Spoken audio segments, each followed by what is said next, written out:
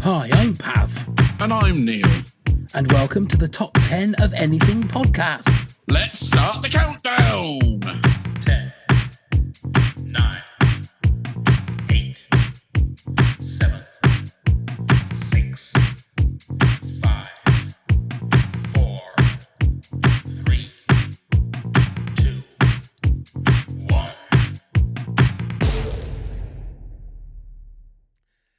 The 70s. Flared trousers, beige everywhere, choppers and grifters, spangles and everything else. It was a decade that saw the prominence of singer-songwriters, the rise and fall of glam rock, and the birth of disco, punk and new wave. Here's someone who's still wearing his flares to this very day. It's Neil with 10 70s music facts.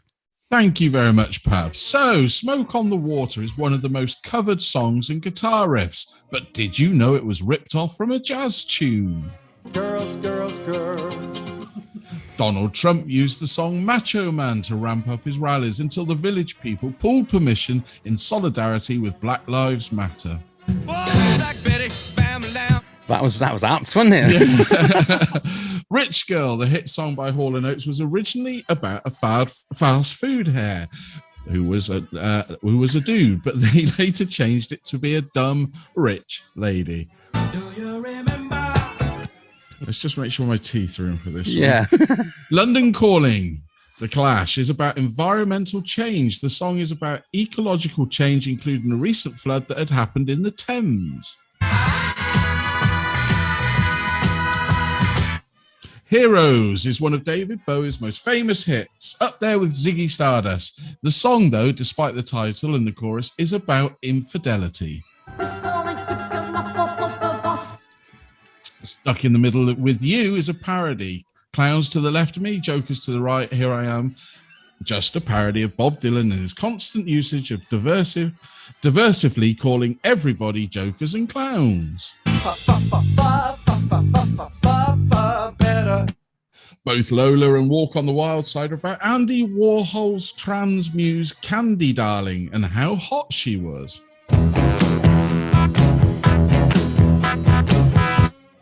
Suicide is Painless is the hit song from MASH, but it was written by director Robert Altman's 14-year-old son. And the biggest selling song of the 70s in the UK was Wings, Mull of Kintyre, selling over 2 million copies. Jolene, Jolene, Jolene, Jolene. And finally, the biggest selling song in the USA in the 70s was How Deep Is Your Love by the Beegees, selling nearly 2 million copies. First I was afraid, I was petrified. Well done, Neil. Oh, dear. That was a journey, just going through all those clips. Journey, that was a good 70s. That was another good 70s as well, wasn't it? Well, we are here. We are here to celebrate the decade that had everything, ladies and gentlemen, the 1970s. We have one of our precious, beautiful, wonderful Patreon supporters. Lisa is with us tonight, ladies and gentlemen. Hey, hello, Lisa. I made it.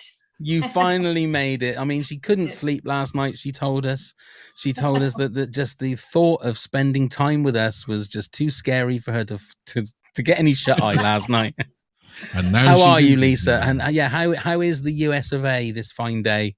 US of A, we're just about to go into heat wave. I live in Southern California, not as close to the beach as our friend Rachel. I know. That was close, wasn't it? But I do live within a mile, and so I still get a little bit of the ocean breeze, but we have a high heat warning for the next 5 days. So wow. So we've just had a heat wave. When you say like your heat wave, what sort of temperatures are we talking about? well, it probably where I am, it's going to be in the 90s. Right. It'll be well into the 110, maybe up in the Inland Valley. And Wow. the desert will be about 114, 115. Nice. Far too hot for me. Yeah.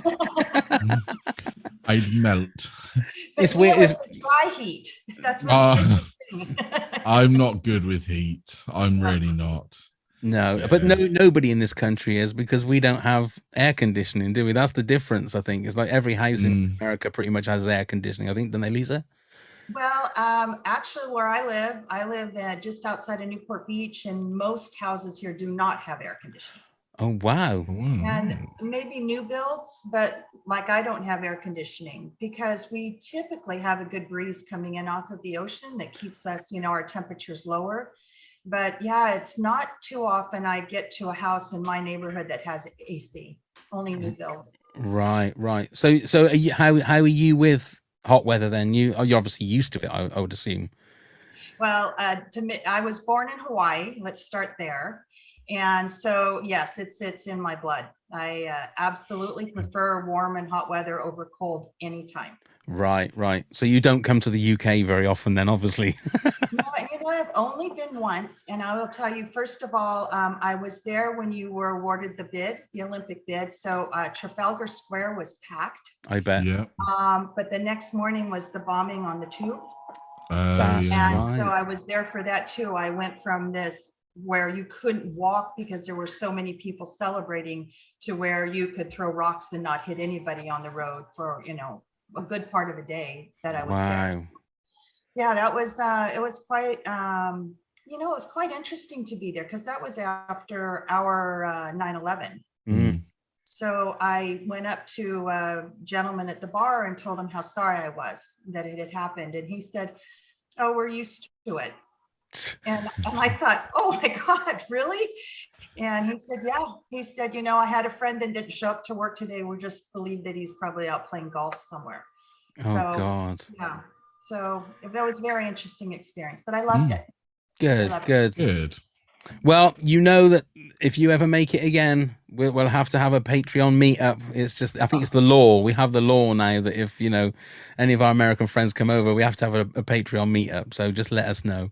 I will, for sure. And we'll try and make it nice and sunny for you as well. I don't know how we're going to do that. That's a ridiculous thing to say. Just bring a picture if not. Yeah, we just bring Yeah. And before we carry on, we have to say hello to a new Patreon subscriber. So hello to John Collins. He's actually an old friend of ours, Neil, isn't he? Yeah. Thank you very much, John. Hello, John. We will have him on as a guest sometime in the future. We're not sure exactly when, but thank you very much, John, for your support, and look forward to your badge coming through the post. Did you get your badge, Lisa? Yes. You did? Oh, excellent. That's all right. I'm going to say that, and then Lisa's going, "I never got my bloody badge." No, that's right. You did. That's fine. It's here. That's fine. It's on my desk. As long as you've got it, that's all that matters. That's all that matters. Right. The matters in hand. The 70s, Lisa. Is that your decade that you love more than anything else when it comes to music? So I think the 70s were formative for me, right? Because I was born, I'm older than you guys. I was born in 63. So I was still kind of a toddler at the beginning of the 70s. My parents listening to Engelbert Humperdinck. So that was one of my influences. In high school, I don't want you to get too excited. I went to an all-girls private school. Where's my bell? Yes, I wore a uniform. And so while there, the girls in the dorm were listening to Queen. And so it really took a while for me to develop my own tastes. And I'll be honest, it probably wasn't until the late 70s, early 80s. I'm really drawn to punk, and ska is probably my favorite genre. Oh, right. And so, not a whole lot of that in the 70s for me. It wasn't until late 70s. But yeah, it was such a memory trip for me. This was really difficult. I know it was supposed to be, but every time I heard a song, I wrote it down because you were kind enough to give me a month to try and figure out if I could do this. It was difficult though, I bet still. It's really hard. And my son said, "Oh, you have to pick some obscure songs, And I said, "No, I got to pick songs that I know the words to and that I sing and that make me happy." And so that's what I did. Yeah, I was on my my walk this morning. I was doing my Facebook Live, and a couple of people mentioned songs that made me have to change my top 10 because I completely forgot about these songs. But I don't know about you, Neil. I find this one really hard. Well, like a lot of the top 10s are really hard. Just which songs you put in your top 10. Again, next week I'd probably pick a completely different top 10. Exactly. There'd be a few that I would probably leave in there, but I know for sure that I have missed something. You guys will probably mention something, and I'll be, oh damn. Yeah. See how polite I was then, Lisa. See. Yes, Yeah. it was Yeah. very, very nice. Yeah. But again, we've also got this, as we've had with our American friends on the music episodes, that there is definitely a thing where you will hear some music that we'll talk about this evening that you've probably never heard of, and vice versa. You'll tell us songs that we think, nope, never heard that. That needs to go on our list of things to listen to. So it's going to be interesting just where those changes are. Where I was looking through my top 10, and I've got a lot of American influenced stuff in my top 10. So I think it's one of those decades where there was so many different types of music. That's exactly it. That there were so many different types. I mean, you went from blues to country to, soul, to disco. Disco, and it's just crazy. And so at first I'm like, well, let's concentrate on one genre. Maybe that's where we go. And I just couldn't. No. So, but it was fun. It was really fun. Good. Well, Lisa, kick us off with your number 10, please. Okay, so number 10 is exactly what you just said. I had my list out and heard this song on my walk this morning and went, oh shit, I got to add that to my list. So I kicked somebody off and I put The Clash, Train in Vain. Oh, okay. Okay. No, I love The Clash, so I'm with you. Great song. What more can be said? I love that song. Just the minute it starts playing, you're in it, you're in the moment. So and I love all their music, but this song today played and I'm like, oh god, it just brings back all these great memories. So yeah, underappreciated now, I think The Clash are. I think you're right. I really do feel like I speak to my son and his generation. My son, being into music, knows them, and he didn't have a choice because he listened to them growing up because I would be playing them. But a lot of his friends don't even know who they are, The Clash. Yeah. Which is sad because they were huge at one time, absolutely massive. Yep. Now, the weird thing is I can hear this in the background. This doesn't sound to me, I only know the Clash songs that everybody knows. So that's like London's Calling, Should I Stay or Should I Go? This doesn't sound to me like the Clash. This sounds quite funky. Well, it is, because they had a huge reggae influence in the Clash. Really? I'm going to have to listen to this song properly because that sounds really good. And I'm not a massive... But I would say I only know the stuff that is like I'd highly recommend it. Be on the greatest hits, and I would go and listen to the greatest hits. You can skip the ones you know and get yourself involved and see. I think you might like the Clash, actually. That might be one that we found that you might like, because of, like I said, they had this reggae influence that they took on board. They got slated for it, but it shows in the music how good it was. So is that like early Clash or late Clash or mid Clash? Oh, it's all right. Okay. Had to be, didn't it? Had to be. Okay then. All right. There you go. Then straight away, song I've never heard of before in my life. So thank you very much for that one, Lisa. Go on then, Neil. You're number 10. So you probably never heard of this. Lisa may have. It's the Dead Kennedys, and it's California Uber Alles. I love this song. It's probably one of their most mainstream songs, along with Holiday in Cambodia. But the whole album, I was given the vinyl probably far too young, and I loved it. Which was Fresh Fruit for Rotten Vegetables, which I think is one of the best punk albums out there. Now, I'm a sucker for a bit of punk. I enjoy it. I love it. I love the anarchy of it all. I really do. I just wish I had the balls to be as anarchist as the rest of them. But I'll just listen to the music. Okay, so I'm not sure I recognize the title, but I know the Dead Kennedys for sure. So, can you hear it? Yes, we can. Yeah, I'll try and play them as we're talking. Yeah. Because right, so you might have heard it. The question I have to ask, Neil, is: are you saying that just to make yourself look cool? No, I love the Dead Kennedys. I went years ago to try and see the Dead Kennedys. Went to see them, but unfortunately, the lead singer Joey decided it wasn't going to be a night of music. It was just him reciting poetry. Oh. which Okay. wasn't my bag, baby. Okay. An Andy Kaufman type of move. Yeah, and I was like, oh, I wasn't expecting this. I was hoping we were going to get some of the hits, and there was no music at all. Oh, So what are their hits? Tell me their hits. Well, that's the two main ones, and that's why I chose that one.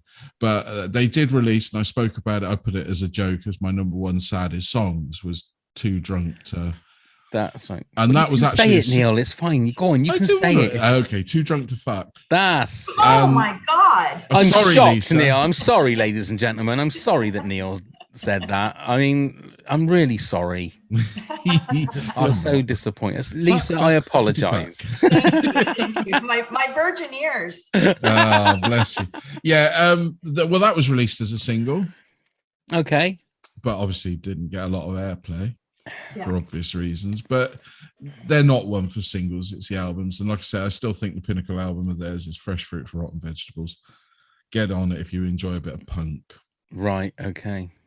Go on, Lisa. You were saying? No, I was just going to say, in the late 70s, early 80s, we had a pretty good punk scene here, with a lot of like TSOL and some of the bands you've mentioned in PIL and all of these. And we had local clubs that would let you in 18 and under, as long as you didn't drink. But yeah, I got a chance to see some of these, when they're just kind of getting their footing in the United States. And it was a great scene. It was so fun. Well, you spoke about PIL or PIL, whichever way you want to say it. I went to see them back in June this year. Still going strong. Love it. Yeah, love it. They played at Cruel World back in March, which was a huge music festival out here, first year, and it was great. They were great. They are. I love John Lydon. I think he's a legend. I really do. So, with these music ones, I'm getting a bit of a reputation here of being a complete straight, being a complete boring curmudgeon when it comes to these music. No. Because we've already had like two what are obviously cool and fashionable bands in The Clash and the Dead Kennedys. So my number 10. It's not going to be Pav, and I'd fight anybody that says to you there is. I know it's Keith Harrison Orville. No, Lisa's not going to know what that means, but it wasn't originally my number 10, but because of Karen, who spoke to on my Facebook Live this morning, mentioned this song. It's Sugar Baby Love by the Rubettes. Oh yeah. Now, I don't know. Do you know this song, Lisa? I maybe would recognize it if I heard it, but I don't know. Okay, I'm gonna play it now. Now, I can remember hearing this back in the 70s, and I thought that this was a band that was like the Temptations or the Four Tops. I thought it was like four black guys in crushed velvet suits with big afros, and then when you see a picture of them, they are just like five white guys with these really bad suits on, matching caps that would work in a holiday camp. That's what they look like. But it's an amazing song, and the guy that they're still around today, I think it's just the lead singer. He's got an amazing voice, but it's just a great song. But this is the thing. It's like, I don't think it's a very cool song. Especially compared to like the Clash or the Dead Kennedys, I feel it's very vanilla, but that will be what my top 10 is going to be, I think, But one thing I'm not apologetic about is I'm not really fans of acts, if you like. I like, if it's a good song, I like, if Eminem did a really good song, I would love that song, but I'm not a massive rap fan. So I love good songs as opposed to people and acts and singers and stuff like that. But I would say the perfect way to enjoy music, pal. Yeah. And in all honesty, I think we're going to find most of my list is pretty vanilla. Okay. Because it's what invokes joy. That's what my thing is. I think you're absolutely. I think that's the thing, isn't it, with music? And I think for me, as long as it's got a great melody and maybe even good, just makes you feel something. It doesn't necessarily have to be good or bad. It just needs to make you feel something. So there you go. That's my number 10. Lisa, what's your number 9, please? So my number 9 is Fleetwood Mac, Go Your Own Way. Oh, what a great song. Go my own way. What a great song. What made you choose that one? I mean, the whole of the Rumours album is probably every song's a hit. What made you choose that one in particular? Well, of course, you know, Spencer used to call it Daddy's song, the one, The Hill, where she goes up the hill and looks in the mirror. What's the name of that song? I'm not sure. It goes up the hill and looks in the mirror. She climbs the mountain, turns around, looks at the mirror. Oh, well, we'll remember it by the end of the but, you know, I did listen to a couple songs off that album that I love. And this one just resonated the most. This one is, you know, one that gets me moving. And just like, you know, you, Bob, with that last song, the minute I hear it, I just smile. As a matter of fact, I created a playlist of these songs that I wanted to put in my top 10 just to see if they really, you know, so when I go walking and listen to them, do they really make me happy, or am I just picking them because they were trendy? So it's probably the reasoning behind that. Yeah, I very nearly had this in my top 10. This was definitely in my list of what, like the first list that I made that I then made into a top 10. I've actually only listened to Rumours for the first time about 3 or 4 months ago, I think, because Neil said you've got to listen. Yeah, I know, Lisa. Honestly, I'm a lazy I nearly listener. fainted. There are so many. For somebody like me that says that I'm like a, you know, pop culture nerd, the amount of classic albums I've never listened to and the amount of classic movies I've never watched, it's criminal. It really is. And books you haven't read. Well, I don't read books anyway. No, I have to read to him, Lisa. I go around one at night and sit by the side of the bed and have to read. Yeah, just to get me to sleep. Isn't that right? Yeah. We've just finished The Famous Five. Can't wait for Harry Potter. That's the one that I'm looking forward to. Come in. When you learn to not be scared of the dark, we'll read that one. But yeah, we've said before many times, I mean, Fleetwood Mac have been mentioned on various different top 10s that we've done, that I think that Lindsey Buckingham is just an absolute genius. He is a genius. When you see him playing live, just any of the songs, he just makes it look so easy, but hard at the same time.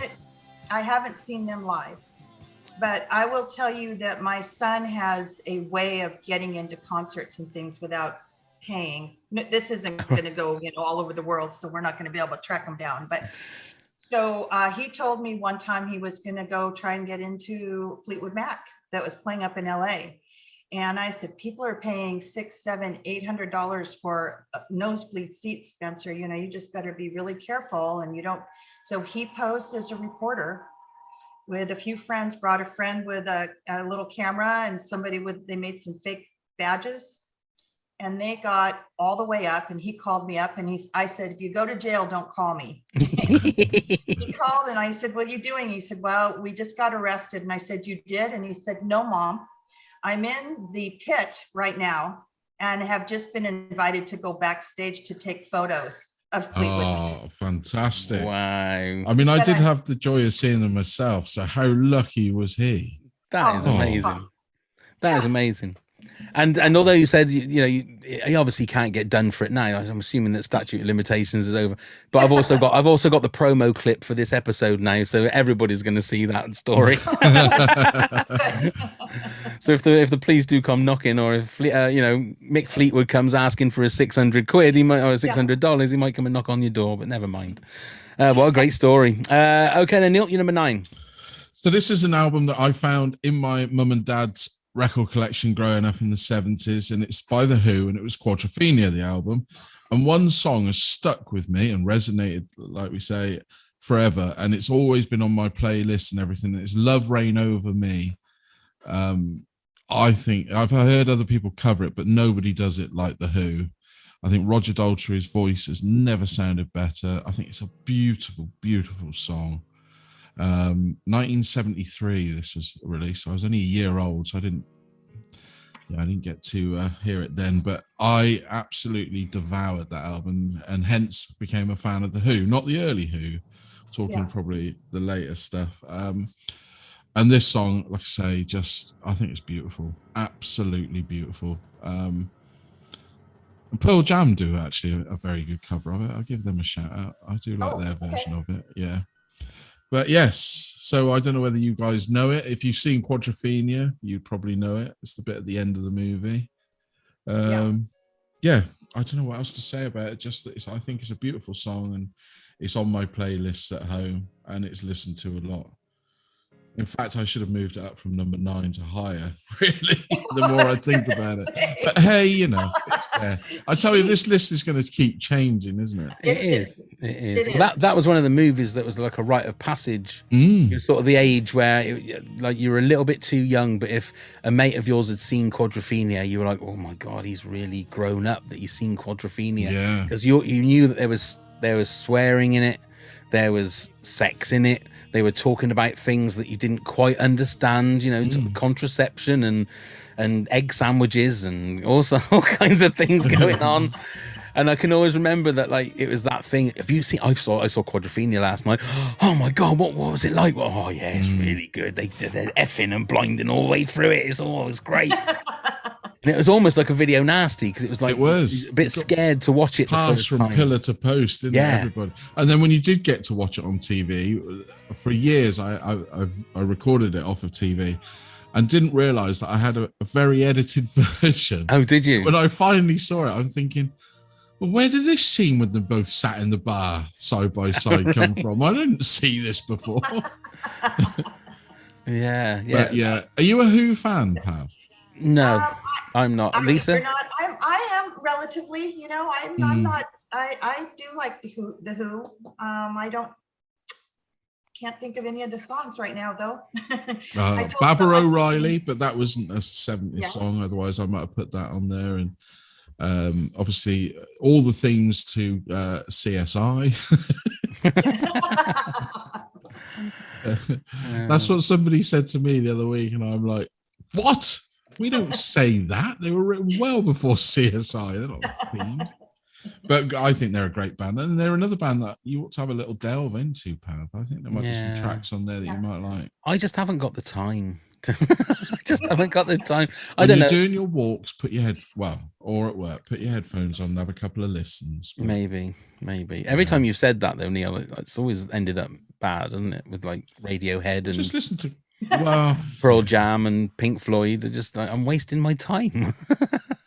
Anyway, right. My number 9 is "Children of the Revolution" by T-Rex. I could have picked. I've started to sort of. This is a group I have started to sort of get into. Is T-Rex, because I watched I think YouTube had a video of Mark Bolan and T-Rex live at Wembley, and I just sort of got drawn into it a little bit. I think because he's one of those guys that died so young, you don't really know that. I don't know that much about him. Do you know what I mean? He's sort of a bit of an enigma. You don't really know who he was and what he did. But what his potential was going to be. Exactly. He's one of those, well, like a lot of these people that died when they were very young, you don't know whether or not they would have become an embarrassment or would have become like gone stratospheric, you know, and would become, I mean, they are legends because I suppose they died so young, but you always get the feeling that people like Prince and people like that got their sort of ideas a little bit from Mark Bolan and the way that he performed and the way that he looked. And he was a very good looking guy. Very good looking, you know, but such a talented guy as well, like a multi-instrumentalist that is like a fantastic songwriter. And I don't think he really took himself too seriously, but some of his music is just fantastic. So I had to put that one on there. And it's a great song to sing as well. It is. Is he part of the 27 Club? Was he one of the ones? Good question. I'm not sure. We'd have to check that out. I'll have a little check later on. So that was my number 9. Lisa, your number 8, please. Okay, from 1972, Carly Simon, "You're So Vain." Oh, great tune. Yeah, and I'll tell you, I went back and forth. You know, there's I don't know how to say it. I'm not going to use the word iconic, but I'm going to say that, you know, she definitely, I don't know how to say this properly, but her music, the words of this song in particular, you know, caused me to daydream, caused me to think of things, caused me to, you know, really, you know, do I want that? Do I want someone that whisks me away? And so when I read the story about this song, you know, she had written it evidently about one of her lovers. And it was rumored that it was Warren Beatty. Yeah. And so when you go back and listen to it with Warren Beatty in mind, you're like, God, what a dog he was, right? Yeah. Scoundrel. So, and I don't know how that is in relation to when she was married to James Taylor. But, you know, I always think of those. Wait, was she married to James Taylor? Yeah. Yeah. Yeah. So, I think of those two and I think, God, is there a chance any of this is about him? And so it really gets your imagination going. I know that somebody purchased the rights to know who she wrote that song about. They wanted it at a charity auction. It was Ebersol, the NBC Sports guy, the guy that owned NBC Sports at the time. And she revealed to him who she wrote the song about. And he's not allowed to ever reveal it to anybody else. He and some of her close friends are the only one that know. Do you know how much he paid for that privilege? No, but I'd be happy to find out. Yeah. I paid a pretty penny for that. Wow. So But yeah, I'd heard that the urban legend was that it was about Warren Beatty. Yeah, but because Mick Jagger sings on the song, doesn't he? Oh, does he? Yeah, he's doing the backing. Yes. He's doing the backing vocals. If you hear like there is a male vocalist doing it, and it's definitely Mick Jagger. I always thought originally that it was about Mick Jagger, but the link was that he was singing on the tune, and it was about Warren Beatty. But wow, I wonder how Great much. song. It's great. It reminds me of when I was really young and first heard it. My brother's called Wayne, and I used to keep singing when it came on, "You're so Wayne." And I still think of that now. I'm sure he appreciated it. But, you know, that kind of artist, though, Carly Simon, James Taylor, all the people, even Stevie Nicks, and they had such a free, you know, free love. I guess that's the best way, you know, kind of a hippie approach to everything. And you know, the use of drugs and things like that. I mean, it was just all out there. Yeah. And accessible, I guess is one way to put it. And so it's so interesting to see them now as adults, grown-ups. But then also they didn't have things like TikTok and Instagram or phones in their faces from fans where every second of their lives is under a microscope, under scrutiny. They could get away with acting like rock stars and not really paying a price for it, if you like you say. I suppose they were making it up as they went along. It hadn't been done before, kind of thing. But great tune. Go on then, Neil. You're number 8. So my first ever crush, I still love her to pieces now, still love her music, Blondie, Heart of Glass. Yeah. I love this track. I love a lot of their music. It was quite hard to choose one, so I looked on the good old playlist and saw which one I played the most, and it came over as this one, surprisingly. But what's to say? Very catchy songs. Very. Wow, I fancied the pants off of Debbie Harry when I was younger. She was the first poster on my wall. Yeah, I just love this song. I love their music, Blondie. And again, they sort of had a bit of a resurgence again recently, haven't they? They went out on tour this year and everything. It's a band I would like to go and see live. I've been told they're very, very good. So are you a fan? Both a fan of Blondie? Oh, I am. I actually saw her. She performed. She was not quite headliner. Morrissey was the headliner, but she was the second to last act at Cool World. Okay. And Bauhaus was playing just before her, and I said, no, I'm not going to see Bauhaus. I'm going to stay at this stage and be close up to see her. And I thought she was amazing. I thought everything that I remembered her as, I mean, granted, she's in her 70s now, but everything that you saw on that poster in your bedroom, I mean, she evoked that when I was looking at her on the stage, even in her 70s. Yeah, absolutely. There's not many ladies that can do that nowadays, but Stevie Nicks is another, I think, still evokes beauty. Yes. But yes, what a great song. And quite, because they sort of came up and out from the punk scene, didn't they, really? Yeah. The punk and new wave scene. That was on my top 10, and it got moved off. Yeah, because it was between that or hanging on the telephone is the other one I really love. And Tide is High is another great song as well. Isn't the Tide is High? I think it's 1980. I think it is roughly, 80. So it wouldn't have been allowed, but I do. Yeah, I like Blondie as well, I must admit. Yeah, great tracks. Great tracks. Great track. Right, let's get really, really saccharine sweet, and let's have a love song, shall we? I don't know how many times we've mentioned Starsky and Hutch on the podcasts. I really don't. Every podcast you guys do. Yeah, exactly. But this, I think, if I'm not mistaken, was the very first single I ever bought. And David Soul was a massive, massive star. Not just on the TV, but as a singer songwriter in the 70s. And this was the first song. Don't Give Up on Us. It was. Yeah, I think in the UK he had like 3 massive hits. Oh, it's beautiful. It's beautiful, yeah. And the B-side to this, I think I've said this before, was called Black Bean Soup. I can remember Black Bean Soup. There was this one. There was Going In With My Eyes Open, and Silver Lady was like his 3 big hits in the UK.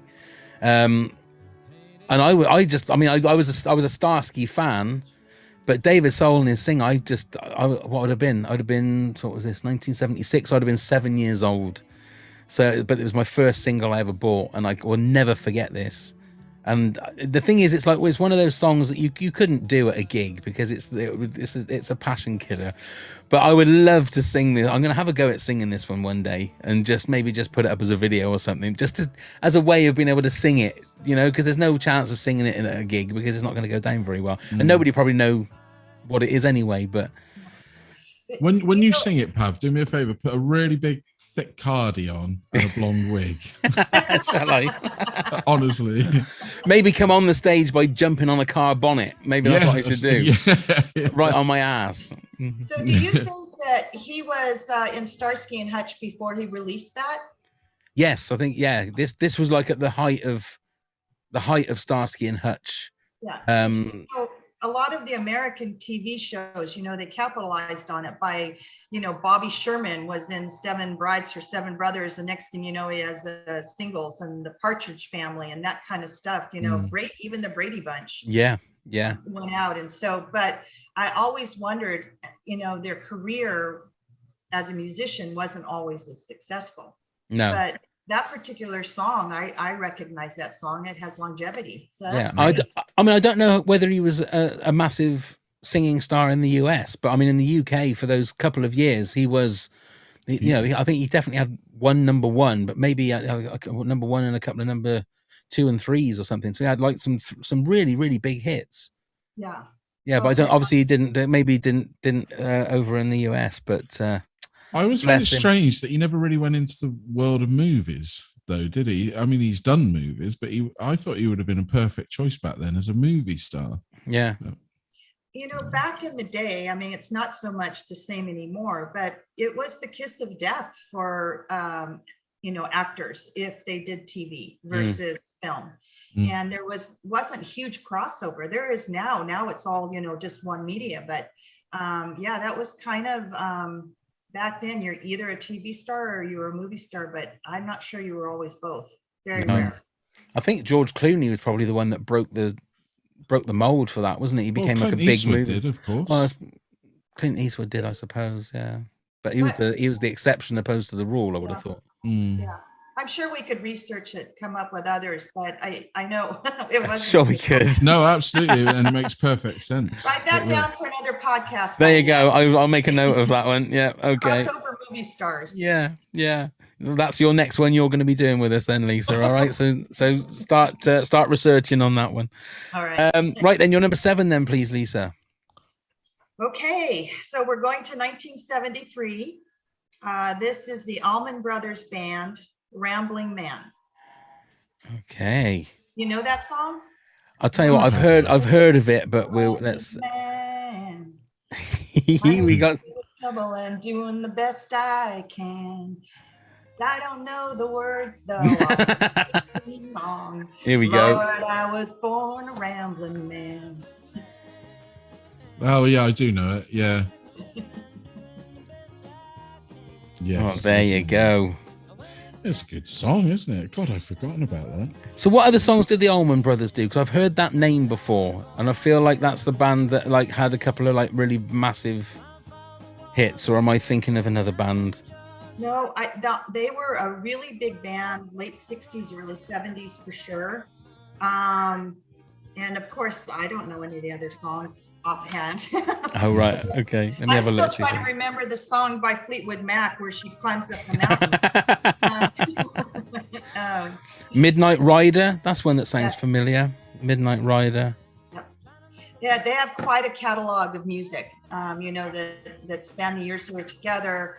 I think the lead singer was Dwayne Allman, maybe, but I think he passed young. I think Yeah. he died- Wasn't there something to do with a plane crash with the Almond Brothers? I can't remember. I don't know. I feel like I should. I mean, may need to Google it. So it's Pavo Googles. Yeah. Yeah, I don't know a lot about them, so I can't interject here. I just recognise that song when it was played.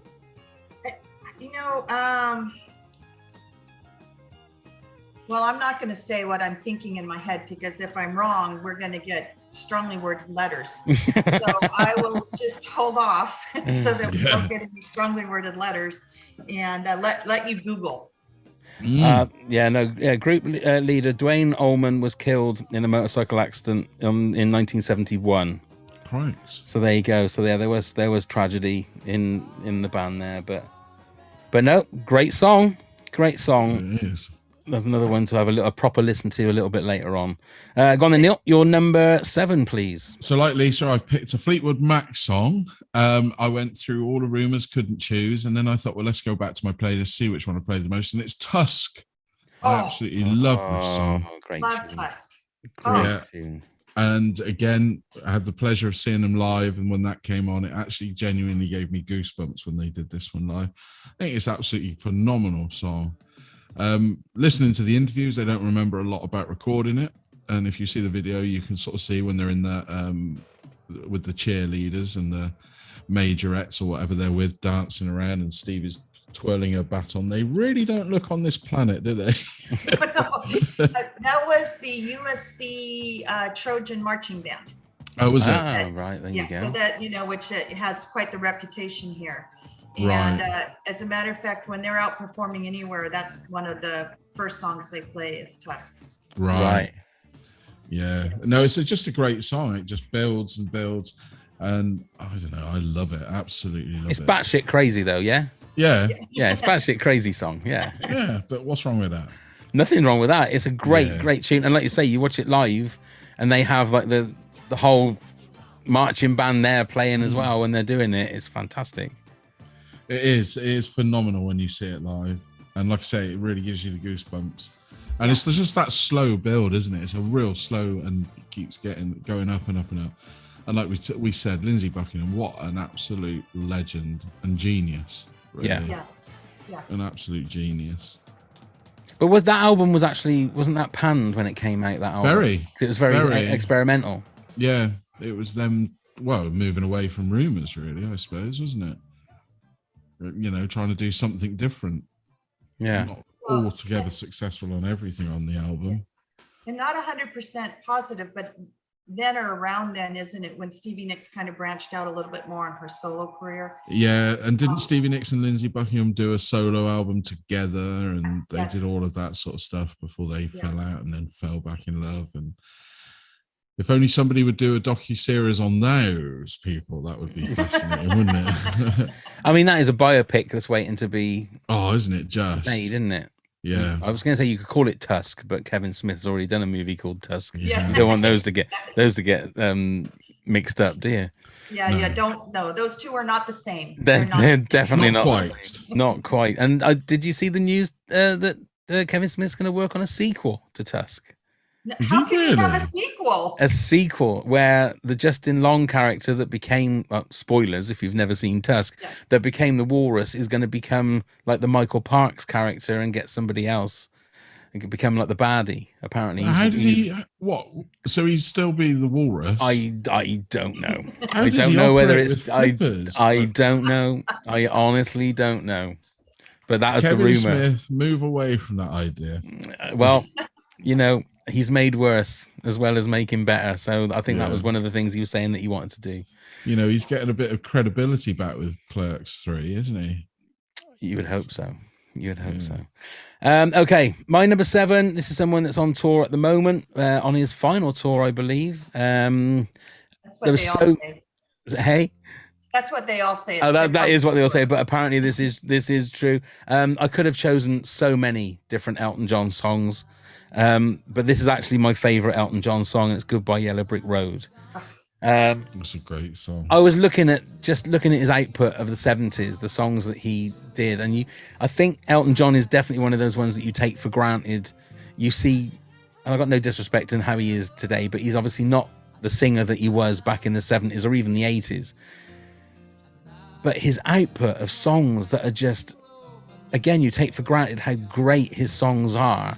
From the 70s all the way through to the 80s and 90s. We'll give Bernie a bit of credit. Yeah, as well. Bernie. Yeah, no, Bernie as well. But the actual, the songs that you're singing along to are because of the melodies and the chords that he's putting together. But yeah, it's phenomenal when you look at the output of the songs that he had. You could have chosen "Tiny Dancer," your song, "Candle in the Wind." I mean, there's just so many that roll off the tongue. "Burn Down the Mission." Just you could go on and on and on. But I had to choose this one. That for some reason this is the one that sounds as fresh now as it did the first time I listened to it.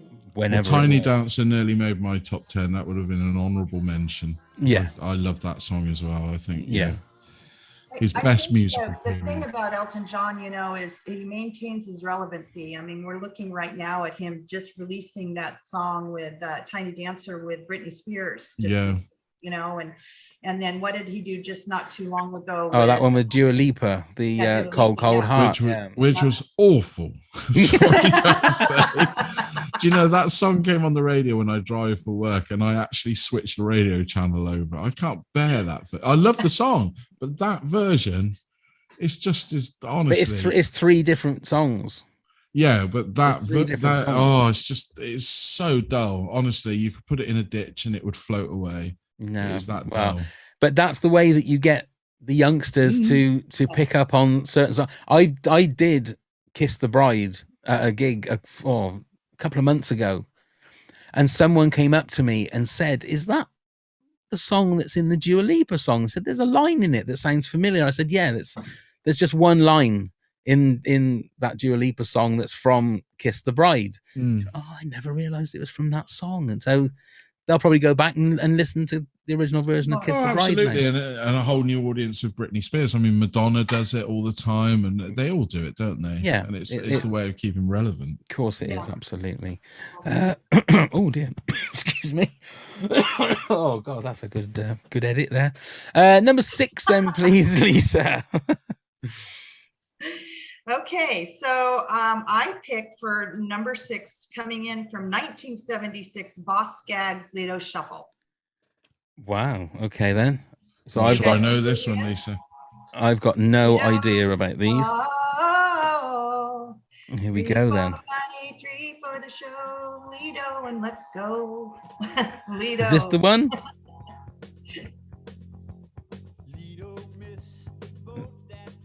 Oh, I do know that song. There you go. I had no idea. Well, there you go. Yeah. He was originally a bandmate of Steve Miller. From Steve Miller. Right.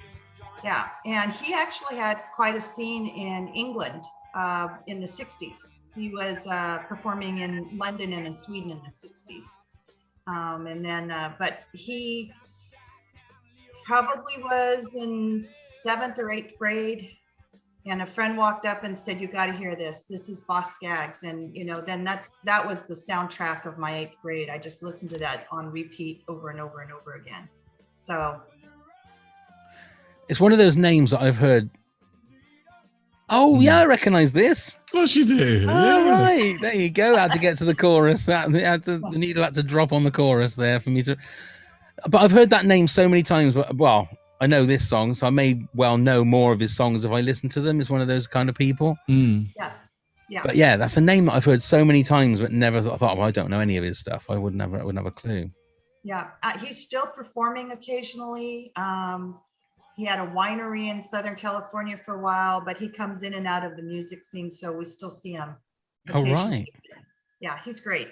Wow, well, that's definitely someone to have a little bit of a I was going to say, I've just written that all down to remind me to Lido shuffle. delve There into. you go. There you go. Go on then, Neil. You're number 6. So we're back to punk again. It's going to be the Sex Pistols. It's going to be Pretty Vacant. I think it's one of the anthems of the 70s myself. One album John Lydon did with the Sex Pistols, and probably, I am going to drop the I word, and probably one of the most iconic albums here, you know, never mind the Bollocks, is probably one of the most iconic albums from the 70s. At least the cover is. We covered it on the album covers that we did. We did. I love the album. I didn't go and see them live through fear of having my own head chopped off. When you do see him, a friend of mine went and said he's never been so scared when they reformed and did the Jubilee tour, 25 years. He said that everybody, where they were, so there was 20,000 whatever people, all started to Nazi salute when he was in there. Yeah, he said it was scary. I mean, John Lydon was, as he does, was reprimanding them and telling them where to go, like he was when I saw him live. He has no qualms about telling the audience what he thinks of them, and he was that night, my friend said. But he said he was fearful that it was just had this feeling that everything was going to kick off. So alas, I didn't go. I didn't go and see him. I thought, I'm not putting myself in that situation. But then isn't that what you would expect from a Sex Pistols concert, though? No, not Nazis. Well, no, but like that feeling of unease. Not Nazis, no, but the feeling of unease and the feeling of not quite knowing what's going to happen. And I've seen John Lydon a couple of times. Isn't that what punk is all about? Yeah, but I don't feel it when I've been to the other gigs. So, and the people I've spoken to that went years ago didn't quite have it feeling like that. You know, in the 70s when they saw them originally. And you could choose to immerse yourself. You didn't have to be up at the front slamming with everybody. You could stand off on the fringe. I could have done, couldn't I? Yeah, but you could just been behind them, goose stepping, and just, you know. I'm too much of a pussy. Knowing my luck, it would be the photographer would come round and I would be scratching my nose and like just waving, and it would look like I was doing a full-on Hitler or something. And you'd have been the poster boy of it all, wouldn't you? There's the ringleader. Yeah, there's the man. He's the man. Leave me alone. Yeah. But yeah, I love this song. I love Anarchy in the UK. God Save the Queen. Pretty Vacant is probably my favourite. And I love the way he says vacant in the song. It's not right, is it? It's not right the way he says it, indeed. No, but it's fun, isn't it? It is. Well, yeah, you'll be able to see what Neil means on the video playlist for our Patreoners. I'll put the video in and you'll be able to see what Neil means and how he says vacant. Okay. You're just bursting to say it, Neil, aren't you? You're just bursting to explain. I'm not dropping any of those naughty words. That's right. We have a lady present. Yeah, Neil. We have a lady present on here. who's a guest. Lisa's looking around. No, not that. Well, I'll tell you what. I don't think there's any other podcast that 1 minute talks about the Sex Pistols and then the next minute talks about Annie's Song by John Denver, because I think we have gone from one end of the spectrum completely to the other. And I don't, for the songs that make you cry, I don't think I had this one in my top 10. I didn't, no. And I can't understand why, because I think this is one of the most beautiful songs ever written. And I think this, I mean, I don't know whether John Denver is classed as somebody that is underrated. I mean, I don't hear about him obviously a lot in the UK. I can imagine, is he a bit of a legend in the United States? I want to say, unfortunately, no. Right. As you know, he passed quite a while ago, and his music really isn't present today. People, I mean, I sang Annie's Song to Spencer as a baby. That's what his lullaby was every night when he went to bed. I mean, it's definitely rooted in my heart. But outside of that, I don't think young people today have had much exposure to him at all. Right. And it's a shame because Country Boy, what's the other song about that state?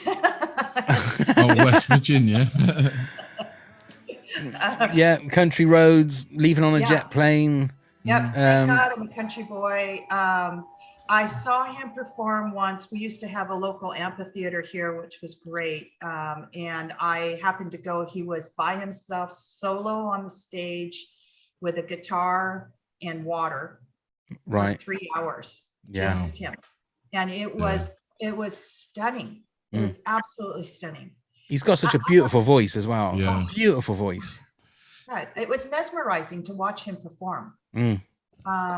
But yeah, it's unfortunate. I don't think a lot of young people today would know who he was. Really? No, which is, he became a bit of a caricature of himself, though, didn't he? For a while, do you know what I mean? He became a bit of a parody. You know, people sort of took the piss. I can sort of remember him. I can remember him on the Muppets as well. Wasn't he on an episode of the Muppets and stuff? And it was just, he always reminded me of the Milky Bar Kid a little bit. He had that Milky Bar Kid look to him, but very unassuming sort of guy. But I'd love to see John Lydon sing that Annie's song and him sing Pretty Bacon. I would love to see it.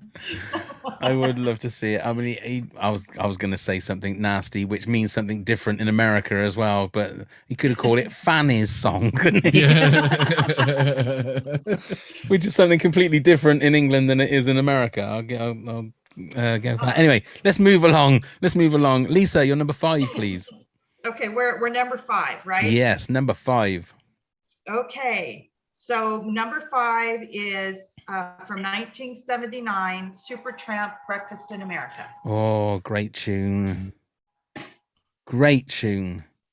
Breakfast. This was probably, I'm not going to say an anthem, but it would have been in my last year of high school at the all-girls school. And, it was Supertramp playing nonstop Supertramp. I think we were listening to Cheap Trick at the same time. Okay. And, I can't remember who, Knack was big at the time. So we were listening to these 3, but this one still to this day is on all my playlists.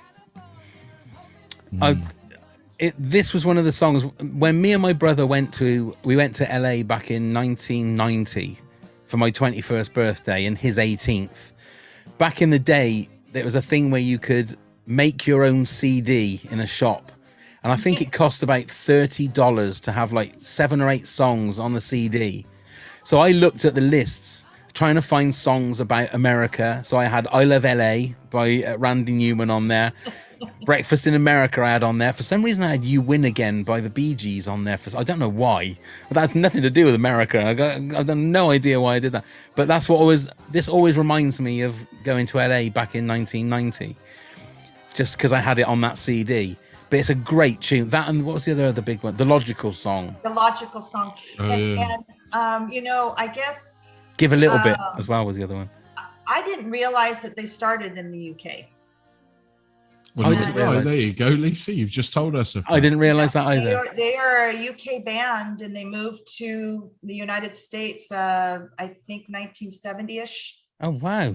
And so that was something new that I had learned. I didn't realize that either. And I thought, well, gosh, if they were in the UK, then you guys would certainly know who they were. But yeah, I know where they know the band. I know the band. Yeah. No, there you go. Our US Supertramp correspondent there, Lisa, giving us the lowdown on the facts. Thank you very much for that. Okay, Neil, you're number 5 then, please. So it's Dream On, Aerosmith's classic. Yeah, which I think it's their best song. And it was done in 1973, this song, and it still holds up today. I don't think it sounds dated myself. I think it's a cracking song, cracking vocals, cracking music, and it's just superb song. Are you a fan of this one, Pav? I am, yes. Now, isn't this the one that Eminem used? Is it Eminem used it? Isn't it? Was it used? Isn't it used for another song? I don't know. Possibly, probably. Shows my ignorance in that field. I don't know. I feel like I'm right on that, but didn't he use Martika's Toy Soldiers or something? You're confusing me now, Neil. That's the only one I remember him using. Eminem. I'm just lost. Yeah, I just lost as well. But I do recognize the song. Yeah. Yeah, I purposely went to a big festival in this country in 2017 just to see Aerosmith because I'd never had the pleasure. And when they do this song, it's fabulous, fantastic. I highly recommend watching it live. Steve Perry comes out, not Steve Perry, Joe Perry comes out and plays the guitar on Steve Perry's Journey, isn't it? Comes out on the piano, gets up and does the solo while Steven Tyler's playing it and singing it. Oh, it's just phenomenal. And what a great song. Just, yeah, their best song. I don't think they've topped it yet. Yeah. Fair enough. I didn't realize quite how the first I ever knew about them was with Run DMC. Well, yeah, which a lot of people have. And the video, I remember seeing it, thinking, "Why is that guy trying to pretend to be Mick Jagger?" That was the thing I was looking at, because he's like got the lips, and I thought, "Why is he doing that?" I didn't realize that, like, even then. So what was that? 86, 87, something like that. So they'd obviously been going on probably 10 years before that. Then, yeah. That's crazy. Yeah, I've got one of their old. It's crazy. That's a Aerosmith song. I've got a 73 tour T-shirt. It's a reprinted one, but where they played Liverpool pub. Aerosmith live in Liverpool, yeah.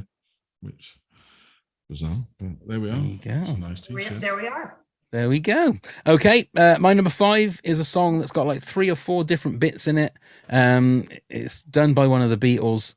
So I had to have something Beatles in there. And I could have picked, again, a majority of different songs, but Band on the Run by Paul McCartney and Wings, from the album of the same name. It's an amazing album. It's one of those albums I love. But this is one of those songs that I think, how do you write something like this? Because there's so many different bits to it. And it's just a perfect song because it has so many different bits. I mean, I don't know whether the lyrics mean anything. It doesn't really matter because everything just seems to work all together at the right time. And each individual bit of the song is great in itself, if that makes sense. But as a song together, perfect. And it's Paul McCartney at the top of his game. Do you not think it reminds you a little bit, not in the music, but he would have had his grounding or his teachings when he was writing Golden Slumbers and the B side of Abbey Road? That's probably where, isn't it? Yeah, cause it's not like he hadn't done that kind of thing before. No, and it's almost like you can imagine he had 2 or 3 songs that he hadn't quite finished and not really worked out what to do. So he thought, well, let's try just sticking them all together and see what happens. But he was a master at that kind of thing. He was. A master. A Beatles fan, Lisa? I am a Beatles fan. I really am. I will tell you this, my opinion is the songs are all too short. Oh, right, okay. You ever start listening to Beatles songs and you're like, oh, the song's over and now it's the next one. And so that was something that probably bothered me, that the songs weren't long enough for me to, really get into. But yeah, I love the Beatles. Yeah, so were you a Lennon fan or a McCartney fan or? I'm probably more inclined to say McCartney than I am Lennon. I love John Lennon, of course, in his music. I just think that I took it personal when he went off on his tangent with Yoko Ono.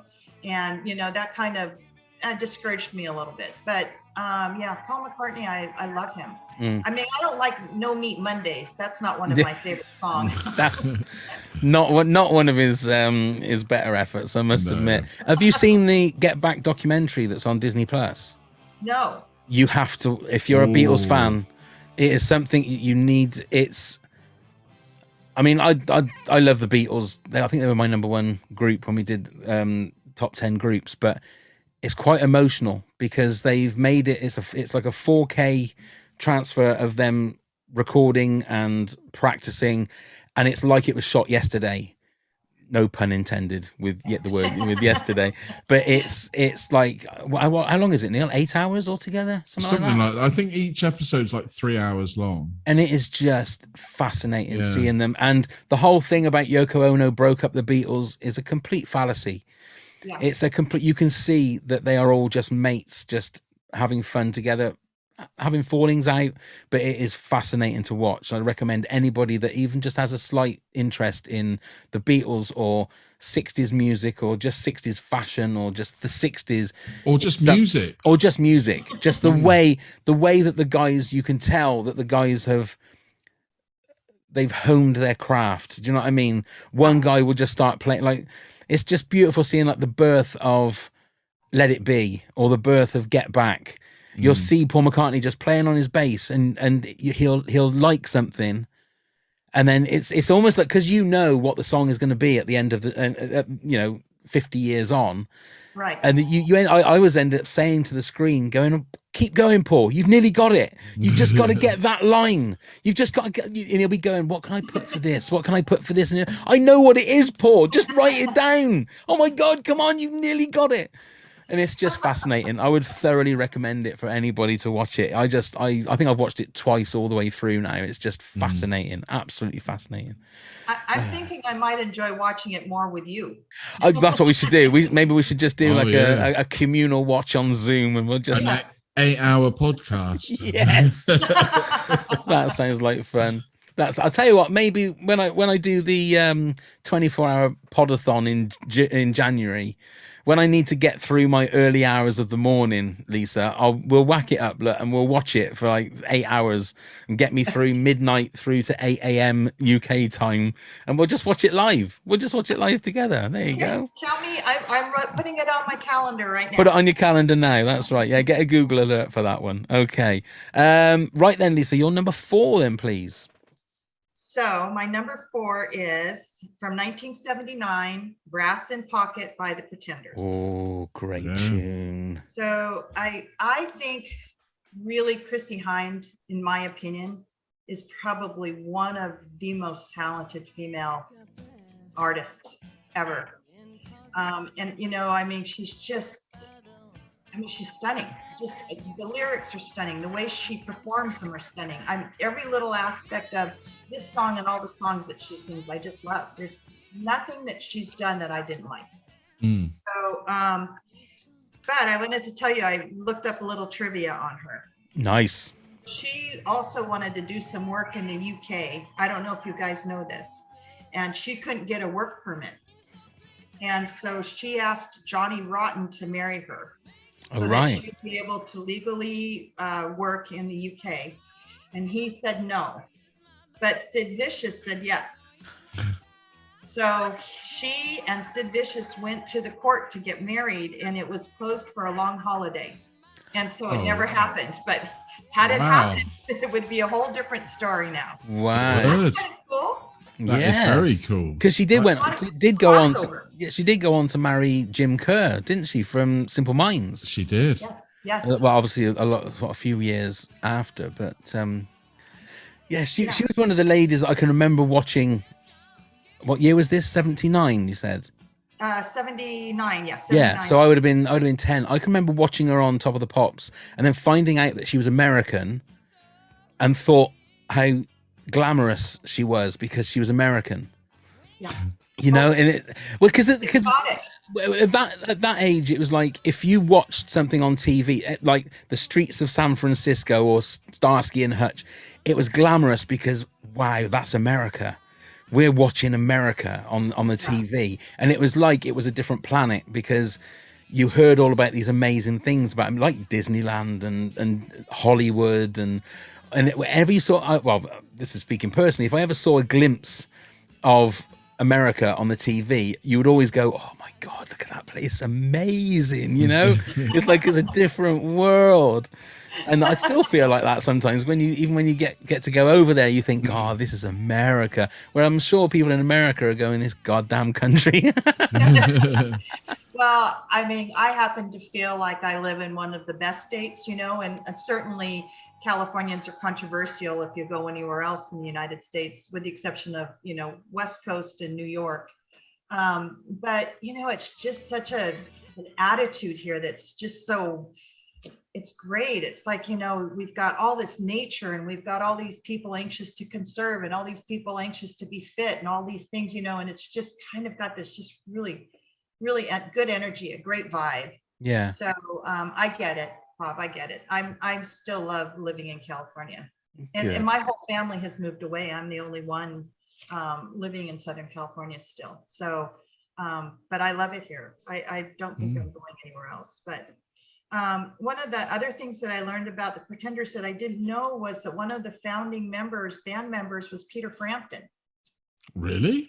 Well, there you go. There's a fact for you. There's another fact. You're full of these amazing facts, Lisa. Neil, you're going to be closely out of a job here. I'm telling you. I honorably hand over my cap because that's an ace fact. That's fantastic. I mean, some people come here with their top 10 written on a bit of paper, and that's it. Lisa there has got, look at the reams Oh, I and reams love of it. facts there. This is, I mean, that's worth a ding on the bell, if anything is. That's Reams and amazing. reams. Reams and reams. Fantastic. That's what happens when you give me 30 days to come up with a That's list it. of 10 things. Well, next time we're going to give you 60 days, and I'm expecting like a complete like documentary Yeah, ready to play. a Good complete grief. compendium. Yeah. Fantastic. Go on then, Neil. You're number 4. So another Clash song is going to hit it. I'm going to go with the everyday popular single "London Calling." I think it's Clash at their best. I know it's a well-known song, and there's loads of others to choose from, but I don't think this is dated. This shows them in their prime. It shows them exactly what they did, and it's great to see their evolution into different songs and styles that they went through. And Joe Strummer, I think, was a great frontman.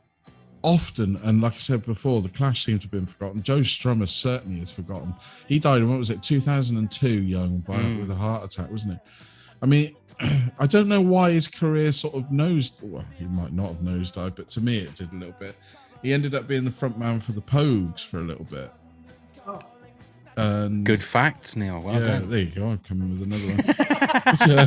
I He's was fighting back, Lisa. He's fighting back. I always thought it was a bit of a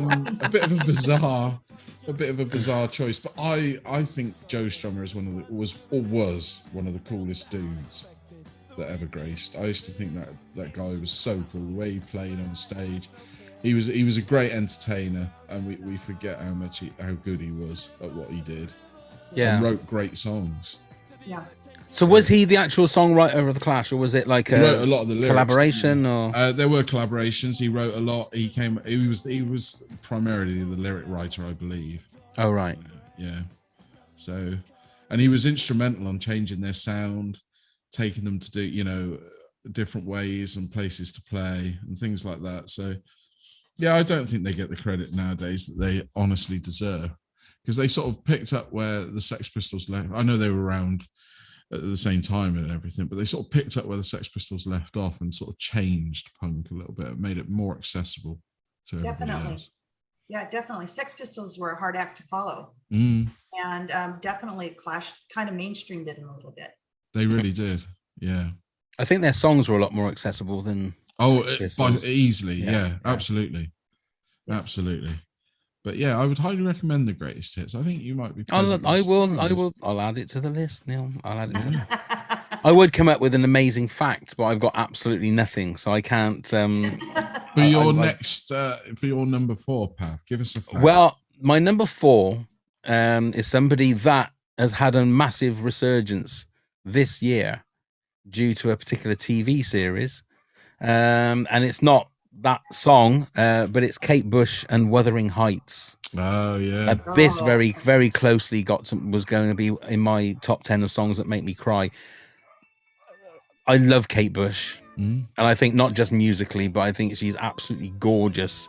I'm with you on person. that one as well, pal. And there's some people that say she's very scary because she always has her eyes like wide open and stuff like that. But you see her in is it the Babushka video where she's got like this warrior outfit on? Goodness me. I mean, you can nearly see everything. It's crazy. It's like nearly all hanging out in that costume. So I've heard. Not that I've watched the video myself. I would pretend that I've never seen it. But this song has got one of the most beautiful choruses, and for some reason it's the bass that just gets me. It's got a beautiful bass line, and then also the guitar solo at the end as it goes on. But it's a beautiful song. It had to be in my top 10. It probably should be a little bit higher, but then with the songs that I've got above it, it just made it number 4. Next week it could change. It could change. Absolutely. But Kate Bush had probably one of the most unique female voices ever. Yeah. And I don't think it's ever been replicated. The songs, they were a bit Marmite, weren't they? Some people really don't like it and some people love it. I'm in the camp of loving it. And also forgetting how talented she really was. That the Man with the Child in His Eyes, she wrote when she was 14. People don't forget all of this, and that's such a beautiful song. And I do feel that she is almost like she is the female Peter Gabriel. I think that's why they both work so well when they work together. Yeah. 'Cause I think It was they've got the Dave same. Gilmour, wasn't it, from Pink Floyd that discovered Kate Bush? Yeah, that's right. That's right. But yeah, it's beautiful. And she's getting so much recognition because of Stranger Things, right? Isn't Exactly. she? Yeah, they're running up that hill. Yeah. Have you seen Stranger Things, Lisa?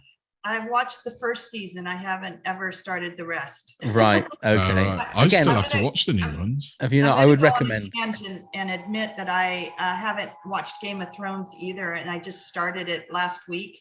Really? And, I'm in season 4, episode 9. I'm like 4 hours a day of the Game of Thrones. It's killing me. So what is there? Is there 6 seasons? I think. Is it 6 seasons of Game of Thrones? Wasn't it 8? Was it 8? Oh no! Well, Really? we need to have a conversation when you finish the final episodes, Lisa. That's all I want. I want to know what your feelings are on the final episodes. I won't say anything. I'll just be interested. At the rate I'm going, it'll be tomorrow. So Okay. I probably will. Right. Okay. So Lisa, you're number 3 then, please. Okay. So number 3 from 1970, Yusuf Islam, better known here as Cat Stevens, Peace Train. Oh, okay. So this one, possibly. Yeah, I'm sure you'll recognize it. High school, again, all girls school. I'll just ring the bell for that again. Sorry. Sorry, I was just listening to the song. I know. I was giving you a minute to hear it, Neil. Oh yeah, I do recognize it now. Yes. So we had a retreat where I got to go away with some boys, you know. And yeah. I know. I hadn't really seen much of boys except for the priests, and you don't want to know what that was about. But, so there's this guy was reading The Velveteen Rabbit, and in the background he was playing this song Peace Train, and so instantly I fell in love with him. I was sure that I was going to marry him and have all his babies, right? Even went so far as to ask him to a dance, which he politely declined. So hang on a minute. Is that all it took? The Velveteen Rabbit and a Cat Stevens song. That was it. That was it. Was it? It would still work today. How desperate I am. Let me get on eBay quick and see how much the Velveteen Rabbit. So flash forward, so that was probably 78, 77, 78. Flash forward about 15, 20 years, I'm in a bar and I hear his name. I hear someone say, "Hey, Mike Capo, how are you?" And I immediately alerted, you know, and I looked over. Well, time had not been good to him. Like it was to me. And I looked and I thought, oh, wow, I dodged that bullet, right? So I walked over to him and I said, "Hi, I'm not sure if you remember me. We went to this retreat together. He went to an all-boys school." And I said, "I asked you to a dance." And he looked at me and he goes, and I said, "No, why would I ever do that?" And I said, "I don't know." And I walked away. Smooth talker, but good. That's the way to do it. That's the way to do it. And you just dropped a copy of the Velveteen Rabbit on the table as you walked away, didn't you? But you know, Cat Stevens is he's the 70s for me. You know, I definitely, and again, we went through all this, you know, punk and you know, new wave. You know, I love 80s music. But he just really, you know, Tea for the Tillman, that whole album from beginning to end. Yeah. Oh. Hello. Hey, hi, Spencer. That's Neil and Pavo. Hi. Nice to how meet you doing? And Spencer, I told them the story about Fleetwood Mac. Oh, yes. Well done. Congratulations on that one. You'll have to send us the details of the laminate so we can see if we can get into concerts like that. That'll be fantastic. But yeah, Cat Stevens, just, you know, he's just, to me, astonishing. I mean, I don't know that he's timeless because I wouldn't say that anybody nowadays really knows all the Cat Stevens songs, but for me, he is. Yeah. Yeah. No, there's a lot of his stuff that I like, but again, it's all the hits that everybody knows. But that's right. That's a great one. And then one more thing about him is he actually recorded with Engelbert Humperdinck, and who I'm going to see October 8th. Really? Oh, score. I'm taking Spencer with me, and we're gonna go see Engelbert Humperdinck. Hopefully, he's still alive. He just released a new single on Friday. There you So- go. And There you go. He's touring in Asia right now, but yeah, he's Oh, wow. Well, that's okay. Spencer will get you in the press pit, so you'll be fine. You'll be meeting him at the end afterwards, I'm sure. it'll be good. I'll make You'll be it. all, yeah, well, perfect. Go on then, Neil. You're number 3. Psycho Killer. Oh, Talking Heads. What a track, what a tune. I love Jack Black when he was miming over this. Really made me laugh. I love the Talking Heads. I love the movie. Stop Making Sense. I could watch that anytime. Jonathan Demme, bless him. But yeah, this song, I just think it's a great pop song. Is it a pop song? I suppose it is, isn't it? yeah. Yeah, It's a I think great it's just. song. I just think it's one of those perfect ditties.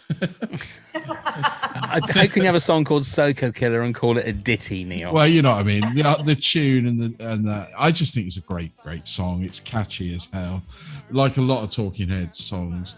And again, people don't seem to realize how many hits they actually had. Yeah. Talking Oh Heads. yeah. You know when you go into it, but yeah, David Byrne, he was a very unique and charismatic. I think he frontman, still wasn't is, isn't he? Yeah, is it? Well, he's not a front. Well, he's on his own, isn't he? Is he Yeah, he's still on his own now. Yeah.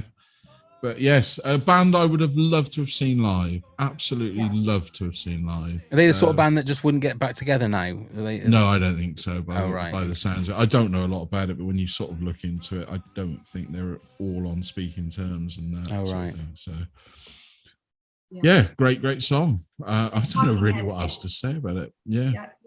No, Talking Heads, just saying that alone. I mean, that was a phenomenal band. Mm.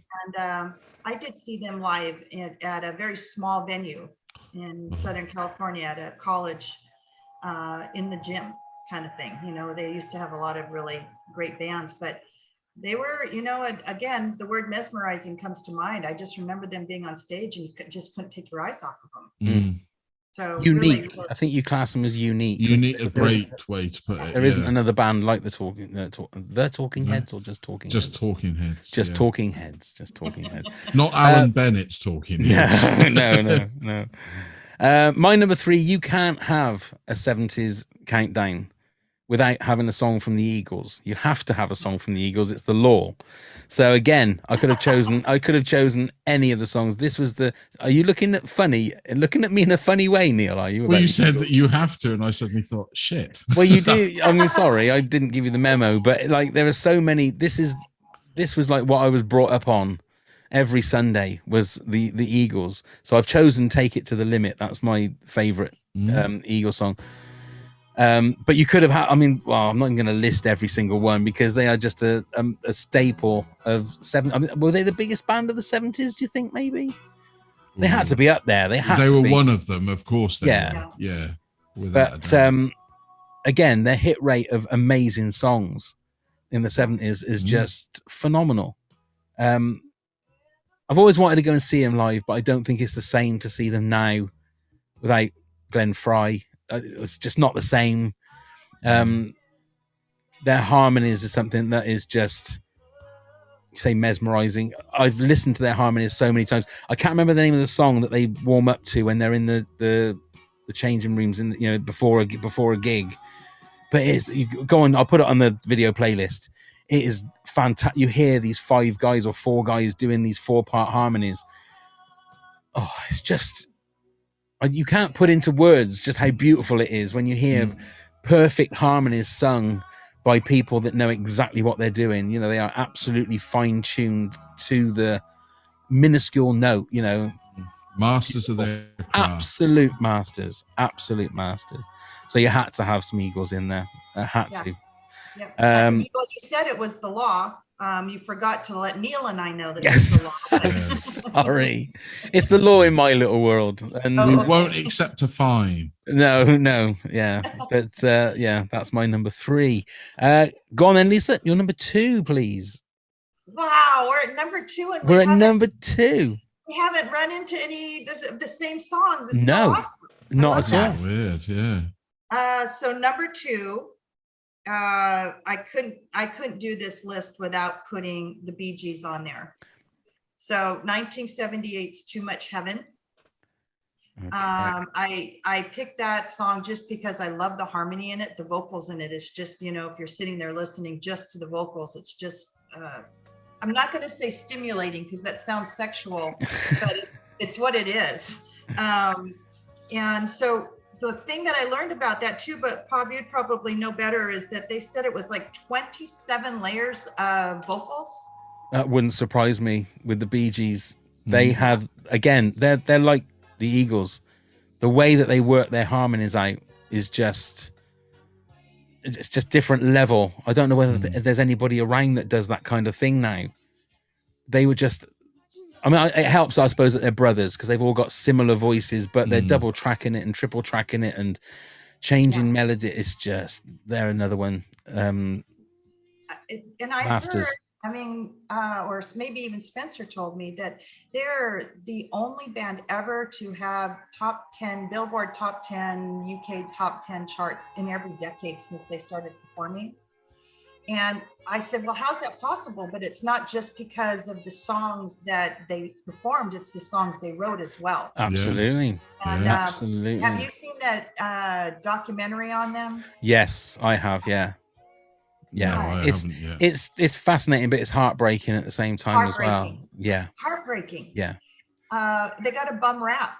Yeah. You know, and I mean, if people go back, God, my aunt was listening to that Saturday Night Fever album, you know, nonstop. And, you know, and then Andy Gibb, you know, she comes out with Shadow Dancing and things like that, which evidently were written by his brothers. But God, it just was, the talent was endless. Yeah, now I mean, the stuff they wrote for Barbara Streisand, they wrote for Dionne Warwick, that they wrote for who else? Oh, Diana Ross. It's incredible, absolutely incredible. Talking of Saturday Night Fever, last week's episode, Neil, it's 1 tin of paint, not 2 tins. Oh, is it only one? I had a look. I had to have a look at John Travolta walking down the street and thinking that he can't be walking around with cans of paint, and it's 1 can of paint in his hand, not 2. But he is walking with paint. But he is walking with paint. I will give you that. I couldn't believe that. But anyway, Al Pacino. Go on then, Neil. You're number 2. So I had to put the birth of heavy metal in here. Black Sabbath's Paranoid. 1970. It just crept into the decade. I've actually got the original single still, not that I bought, I was given it, and I've treasured it ever since, with all the original artwork on it. To me is the start. I love Black Sabbath. I was lucky enough to go and watch the final Black Sabbath gig in Birmingham, UK. It cost me an arm and a leg to go, but I was glad I went to see them all perform together for the very last time. You didn't take Spencer, see? That's why. You could have well, yeah. If only I'd have known. If only I'd have known. He knows people. He knows people, see? He does. Ozzy is one of those people that I don't know how he does it. The guy can barely speak, can barely walk. He's a shuffle around. He just shuffles. But when he gets on stage, he becomes somebody totally different. And I think Ozzy's got a great voice. I really do. A lot of people don't criticize him. He's not the best front man because his inter-song dialogue has always consisted of let's go fucking crazy and everybody clap. And that's all he seems to ever say. But his songs speak for the rest of it. The album's great. You know, the Paranoid album, Fair Is Wear Boots, I think maybe my all-time favorite track, but Paranoid I put in there because it was the start of something great. I think personally they were the start of that music genre. Some people argue Led Zeppelin, but I think Led Zeppelin are a bit too soft for that genre. Oh wow! I'm not super drawn to heavy metal, which you kind of think is funny because with punk, I mean, you certainly get some of that element, especially like Foo Fighters is my favorite band ever. You're certainly getting that element in the Foo Fighters, but yeah, I wasn't very drawn to it when I was younger, but I can appreciate it now more than I did back then. Yeah. So, and obviously I'm very fascinated with the movie project they've got coming up about Ozzy's life, and it's done by the guys that did Rocket Man. Oh, really? Yeah, so I think it's going to be fascinating. But is it going to be a warts and all? Apparently, It Ozzy is. said, "No, if you're going to do my life, you need to show everything. You can't just show." Yeah. Because have you watched the what's the Dirt, the Motley Crue documentary, Motley Crue film? I watched only half of that. I had never finished that, but Right. Did you see yeah, the Ozzy bit on that? no, I don't Okay. remember the Aussie bit. I might have. I just don't. It's not resonating. Well, he ends up snorting ants, peeing in a pool. Apparently, that's 100% true. Ozzy can't remember it, but everybody said that really did happen. But yeah, I think the guy's how he's still alive. Well, I think you have to think that it's his wife, Yeah. who keeps rebounding, keeps coming back to him, even though he's had affairs with all these different people. But that's the only reason I think he's alive. They had that series here. Yeah. The Osbournes was huge, wasn't it? And you know what? I watched it and really liked it. I'm not a fan of that kind of show because, again, people are mean to each other, like those Real Housewives and things like that. Just drive me crazy. I can't stand it. But what I liked about the Osbournes is they were kind to each other, Mm. but yeah, he was addled. So I'm like, she has kept him around, but I mean, he's mumbles and then you're right. He gets on the stage and he's a different persona. He's amazing. Yeah. It's phenomenal how he does it. But yes. That Osbourne show was like the first of its kind. That was like pre-Kardashians and everything. So I think it was like they didn't, whereas now it's like you have to have some kind of conflict in it, don't you? And that's what makes people watch. Whereas that didn't really have it. Although the kids were a little bit unruly and stuff, but it was mainly Ozzy just going, Sharon, like he loved where all stuff was and just would be like scuffling from room to room. Yeah. Oh, there you go. That is a good one. Okay, my number 2, again, 70s, you have to have Abba. I forgot to tell you guys that it's the law, you have to have Abba. I very nearly did, Pav. Did you? Yeah. So this is the song that reminds me of 1977, that reminds me of where I was in 1977, the smell of boot dubbing that I used to clean my football boots with. Name of the Game by Abba is just one of my favorite, if not the favorite song from Abba. There isn't anything that I don't think I've said enough about Abba, I think, over the podcast that we've done. Their songs are indestructible. I don't think there's anything that you can do. You can have Pierce Brosnan sing them and it doesn't ruin them. So he is, it's just something about Abba songs that actually you can't do anything to. They're fire resistant. You can drop an atom bomb on them and they'll still be amazing songs. And what do you think of this new interest, with this hologram show that, people are just dying to go to? It seems to be amazing. The footage I've seen, mainly it seems amazing, but I still can't quite get over the fact that you're just watching a screen. Yeah.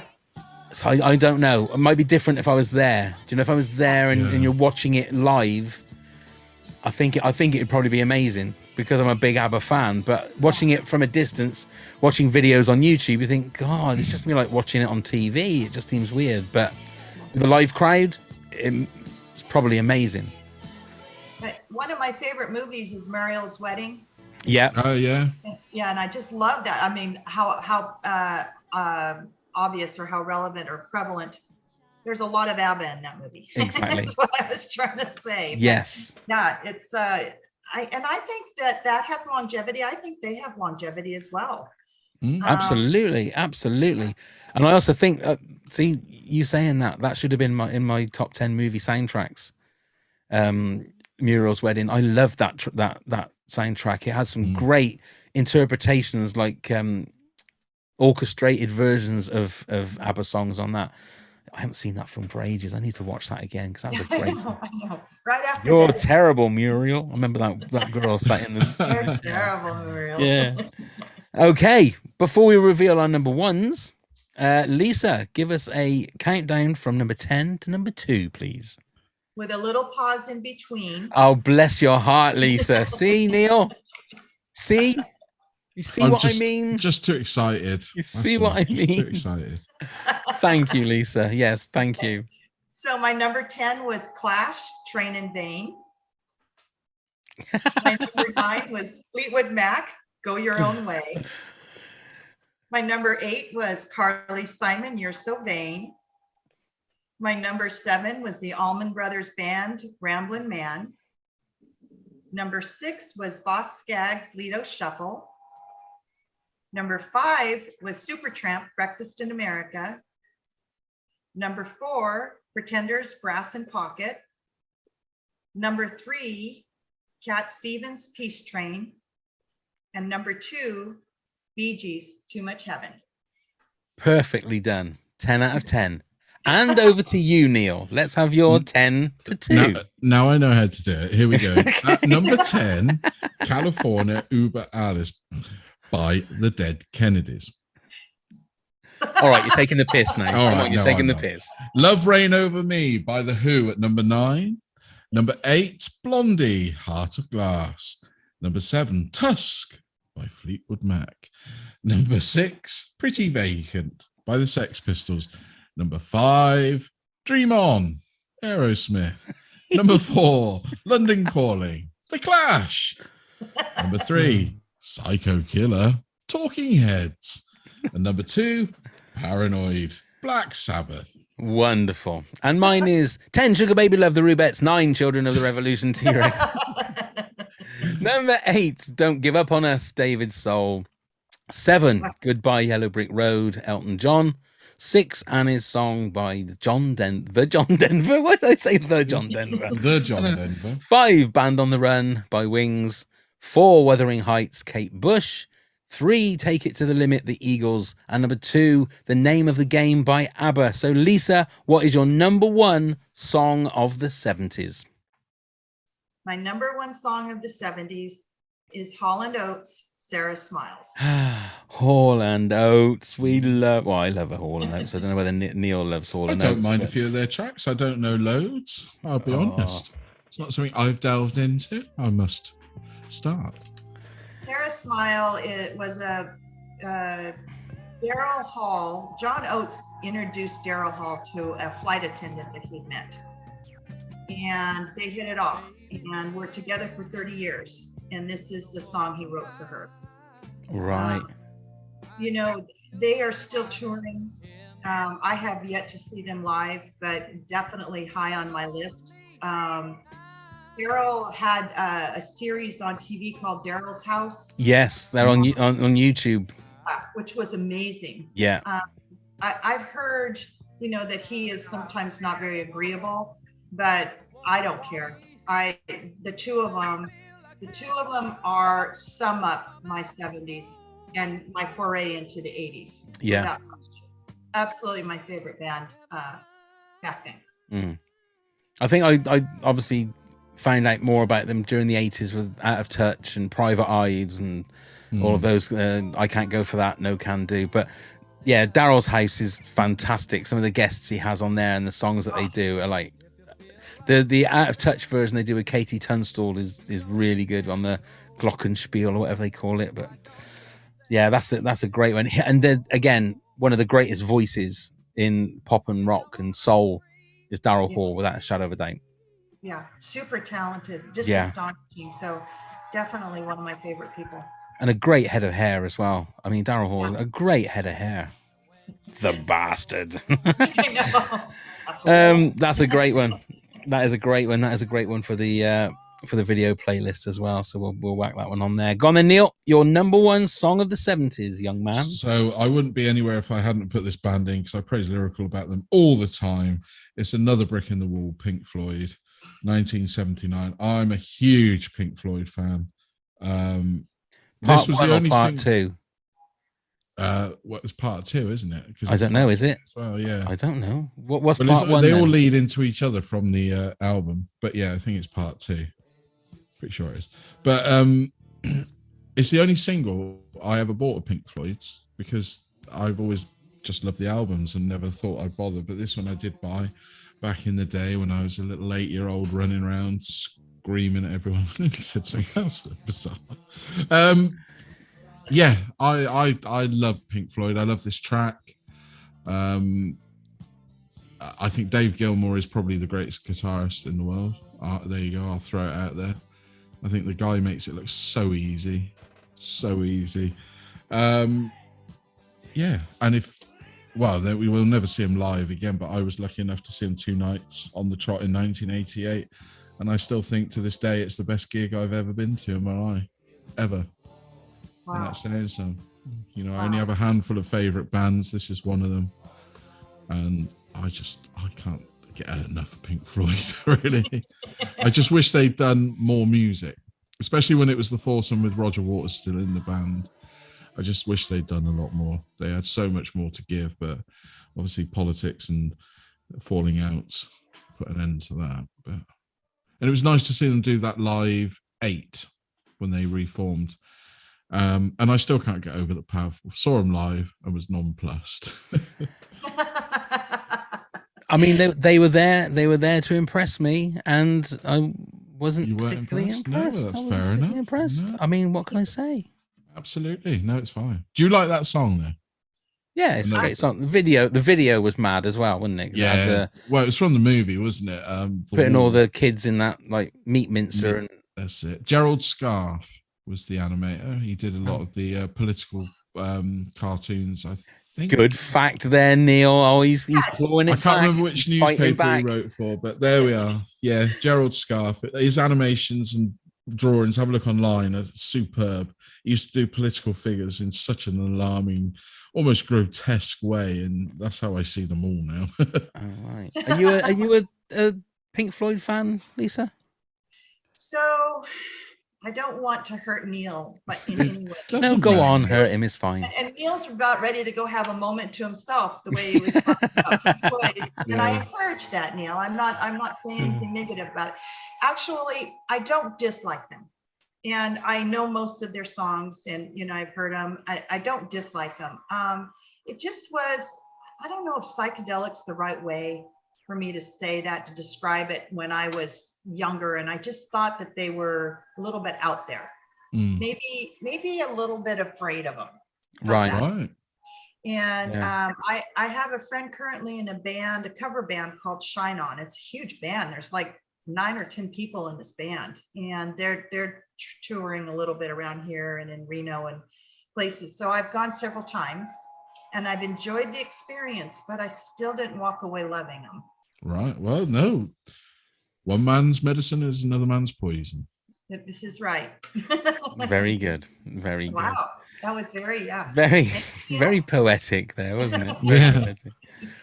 That's quote of the day toilet paper that he's got there, Lisa. It has. You know, yeah. Tomorrow is, don't forget to use 2 sheets. Okay, now we've reached a point in the podcast. Yes, now we're all getting punchy now, aren't we? That's what it is. Yeah. Okay, so I'll take you, Dave Gilmour, as the greatest guitarist ever, and I'll raise you to God. Because my number one is 1970, just crept in. But I think you have to have Eric Clapton. Both That's slow great. hand guitarists. I mean, great song, great guitar. Yes. So obviously it's Derek and the Dominoes officially. Mm. I've seen Eric Clapton, I think about 4 or 5 times live, all at the Royal Albert Hall. He sort of lives there, didn't he? Yes, yeah. And the way he builds this song up is fantastic, because he doesn't, it's all strings and keyboards. Then he turns his back to the audience, and then it's the and everybody goes crazy. So Eric Clapton, to me, is the greatest guitarist ever. But obviously it's, sort of subjective or whatever. But this is a fantastic song. Great story song. The fact then it's iconic movie-wise as well, with Goodfellas, and just a classic song. So it's my number one song of the 70s. So I don't know. And I prefer the full version. Yes, genuinely with do. the piano at the end. Yeah, I much prefer listening to the full version than the other. Yeah. Lisa, fan? Yeah, well, Eric Clapton, I mean, you can practically play that 7 games of Kevin Bacon with 7 degrees to Kevin Bacon. You could do that with Eric Clapton. I mean, he's had his hands in so much that is historic, right? Absolutely. I absolutely love him. Absolutely. Really good choice. I wish I had had that. He didn't even make my honorable mention list, and now it's a shame. Yeah. I feel like I could go back and redo this whole episode. Should we just have to do that? We'll do it all. We'll start it all again. I think that's a great idea. We'll do I mean, the part thing is, two, like shall we? I say, it's 1970, so it did just creep in. So talking of honorable mentions, at and why not pod said In the Street by Big Star. Rosalita Come Out Tonight and Incident on 57th Street, both Bruce Springsteen. The show must go on by Leo Sayer. No Sugar Tonight, New Mother Nature by the Guess Who. Baba O'Reilly by the Who. I thought that was the late 60s, that one. Oh, was it? Okay. Yeah, And Bring On the Lucy, Free the People by John Lennon. Karen Clark said Sugar Baby Love by, now she said Sweet, but I think it was the Rubettes, not Sweet, but thank you, Karen. Liz Art said Bye Bye Baby by the Bay City Rollers. Oh, blimey. Kim Peniston said Anything by Shawadi Wadi. Now, Lisa, do you know who Shawadi Wadi are? Oh, I have no idea. No, that is a true British like Teddy boy band. Shawadi Wadi. Wow. There you go. Shawadi Wadi. Shaka Khan, right? That's not no, it's not at all. I'll put a video of one of their songs in the video playlist so you can have a little look and see who they are. No disrespect to Kim, but it's not somebody I would say to Lisa, go and research their back catalogue because he might never talk to me again. No. Greg says Rocket Man is what first came to mind, and then Do You Think I'm Sexy brings back plenty of memories, the 1970s. Dawn says, how about the greatest female anthem, the greatest gay anthem, and the greatest disco anthem all in one? Who's going to sing it with me? I Will Survive, Gloria Gaynor. Alma says, 1976 ELO's Telephone Line.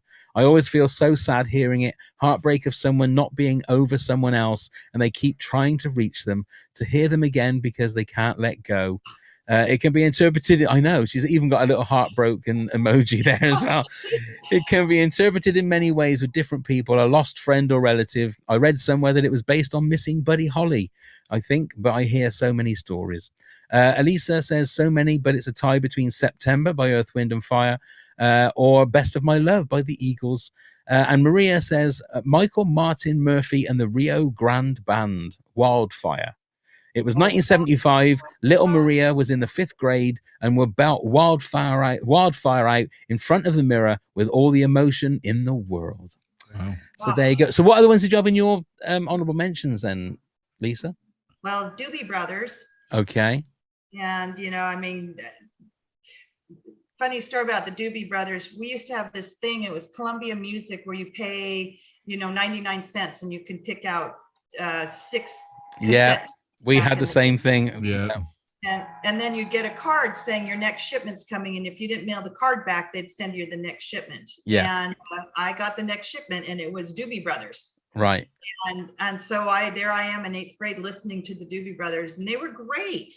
I got Linda Ronstadt on there, Rod Stewart, Dire Straits. Dire Straits. Yeah. Another great guitarist. Look. Another great guitarist. There you go. That's it. We've covered the 70s. We covered the 70s. Neil, before we say our goodbyes and our thank yous, do you want to tell everybody how they can get in touch and all that gubbins? Absolutely. So you can find us on all the social medias, whatever they may be nowadays, at Top 10 Pods. Email us at toptenpods@hotmail.com with any questions or any suggestions for a top 10 that we may do. Come help support the podcast at patreon.com/top 10 pods.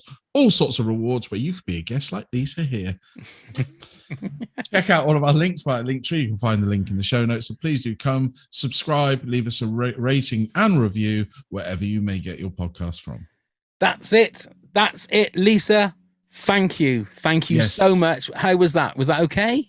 Oh my God, it was a freaking blast. Excellent. That's what we like. And you'll come back and do another one, yeah? I will. And I'm going to tell you that I was a little concerned that I would, with your accents and all, that I was going to miss, but I didn't miss. You have another guest that comes on occasionally, and I wish we had closed captioning because I have no idea what he's talking about. But so I got your accents. It worked out well. I'm so happy. I'm thrilled, and thanks for including me. This was a blast. Listen, all we can do is thank ours. you for supporting us and being a member of our Patreon. It means so much to us, and the fact that you are just awesome anyway makes it so much better. Thank you so much. Thank you again also to John, who's our new Patreon guy, that he's going to have to sort out his accent so that Lisa can work out what he's saying. So just if you're hearing this, John, just make sure you get that sorted.